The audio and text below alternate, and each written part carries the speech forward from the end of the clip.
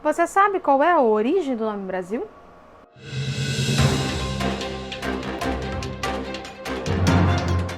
Oi pessoal, aqui é Juliane Salviano e esse é de fato o primeiro vídeo da série de História do Brasil, baseado nos artigos que escrevi para o Conexão Política, que visa o resgate da nossa história. Eu resolvi começar pelo nome Brasil e tentei trazer todas, mas todas as vertentes. O estudo da toponímia, ou seja, a origem dos nomes dos lugares, pode revelar tesouros que, às vezes, permanecem imersos. A escola nos ensinou a vertente mais simplória, que o nome Brasil vem do pau-brasil, árvore vermelha abundante nessas terras em 1500.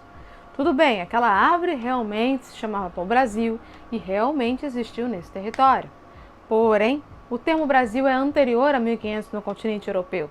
Ele aparece em mapas e cartas da Idade Média, graças à herança documental e cartográfica dos antigos navegadores fenícios e árabes que passaria para a Marinha Templária e depois para a Escola Náutica de Sagres, ligada à Ordem de Cristo. O primeiro registro de uma ilha chamada Brasil foi na data de 1325 e consta da carta do genovês Ângelo Dall'Orto, que a situa a oeste da costa sul da Irlanda. Também aparece no mapa da Catalunha de 1325-1330, no mapa de Dulcerte de 1339. Os cartógrafos medievais destacavam nas suas cartas náuticas o nome da terra Brasil, como é o caso da carta de Pisigano de 1367 e de Andrea Bianco de 1436 e de Bartolomeu Pareto de 1455. O próprio Vasco da Gama, na viagem à Índia em 1498, teria navegado para o Ocidente e ancorado em uma terra firme e larga, antes de retomar a marcha para o Oriente. Essa terra, os historiadores consideram hoje ter sido o Brasil. E mesmo antes, em 1487 e 1488, Pedro Vaz da Cunha e João Fernandes de Andrade navegaram do Golfo da Guiné para o Brasil. Você já ouviu falar da ilha de High Brasil ou de São Brandão? Segundo a lenda irlandesa, a ilha de High Brasil era uma região envolta por uma névoa impenetrável, que só se tornaria visível em um dia a cada 7 anos. Um lugar mitológico, mágico, sagrado, considerada morada de fadas e divindades, onde as pessoas viviam felizes. O nome foi inspirado em um semideus, Brazail, o alto rei do mundo.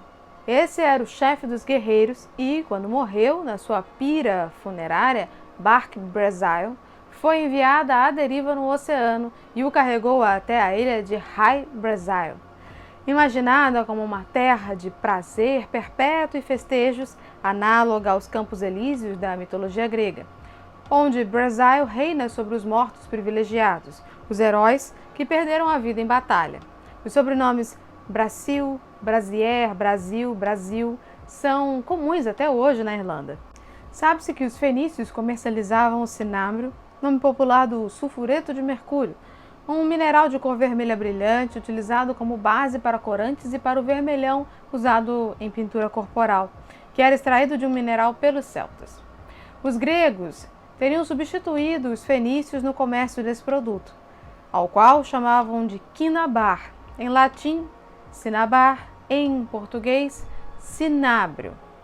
Na inversão de sílabas em idiomas celtas, a palavra quinabar era pronunciada barquino, que daria lugar a barcino, um adjetivo relativo a animais de pelo avermelhado que passou a nomear a cor vermelha em vários idiomas de influência celta.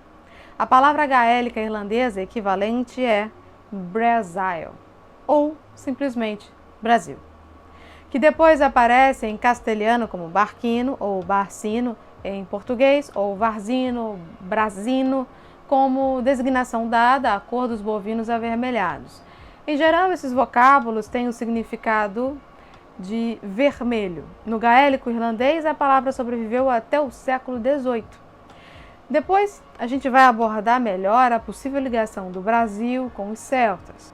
Há uma ligação entre o cinábrio e uma ilha mítica celta, para além do horizonte irlandês, que parece resultar dos contatos comerciais estabelecidos entre fenícios, gregos e celtas a partir do século VI a.C., onde os celtas importavam o Brasil, ou seja, o vermelhão, através de mercadores que vinham por mar desde terras distantes. Existem histórias também falando de fenícios aqui no Brasil. Nesse contexto, o vocábulo Brasil, uso do vermelho, passou a constituir uma referência aos gregos e fenícios que deixaram de comercializar o cinábrio com os celtas, como que desaparecendo numa das brumas do Atlântico, tornando-se um povo mítico e afortunado que nunca voltou à Irlanda porque vivia feliz na misteriosa e paradisíaca Ilha do Brasil. A primeira referência documental que cita Brasil surge num tratado comercial em 1193 entre o Duque de Ferrara, na Itália, e um vizinho que inclui grana de Brasil em uma lista de produtos que também contém incenso e índigo. A expressão grão de Brasil se repete em outra carta do mesmo país 5 anos depois. Os relatos dessa sua viagem estão hoje na biblioteca do Trinity College e estudiosos acreditam que ele possa sim ter chegado na América. Inclusive, Colombo teria visitado a Irlanda e poderia ter sido influenciado pela viagem desse monge. Em 1500, o Brasil, como um lugar mítico, já estava presente no vocabulário dos povos do Ocidente Europeu há muitos séculos. Eduardo Bueno, em sua obra A Viagem do Descobrimento, diz que o nome Brasil vem do celta bres, que deu origem ao verbo inglês to bless, abençoar. Assim, High Brasil significaria terra abençoada ou ilha abençoada, sendo High ilha. Do germânico brasa, do celta bras ou bres, nobre, afortunado, feliz, encantado. Do inglês bless, bênção. No sânscrito, expandir, irradiar, brilhar, com o sentido de Deus, bênção, suma ventura. Sendo, portanto, High Brasil, terra dos bem-aventurados, ilha da felicidade, terra prometida, ilha abençoada, terra afortunada. Existe também uma outra vertente que não anula essa celta. Sabemos da origem semítica dos primeiros colonos procedentes de Portugal que se instalaram no Brasil. Não foram poucos os cristãos novos que aqui chegaram. Para eles, essas terras surgiram como uma tábua de salvação, longe da perseguição que sofriam na Europa. O Brasil parecia-lhes como um milagre, uma nova Canaã ou a misteriosa High Brasil. Não necessariamente a origem hebraica se deva a isso, porque existem lendas que falam de coisas muito mais antigas. Logo após o descobrimento, o Brasil foi arrendado por Fernando de Noronha, e os navios portugueses passaram a levar enormes carregamentos de pau-brasil, que chegou a ser chamado de madeira judaica. O pau-ferro era seu outro nome, uma referência ao metal que enferruja, gerando a cor que é característica da madeira. Nessa tese, o nome Brasil teria derivado do vocábulo hebraico barzel, que significa ferro. O hebraico é não vocalizado e as duas palavras possuem as mesmas consoantes BR, ZL.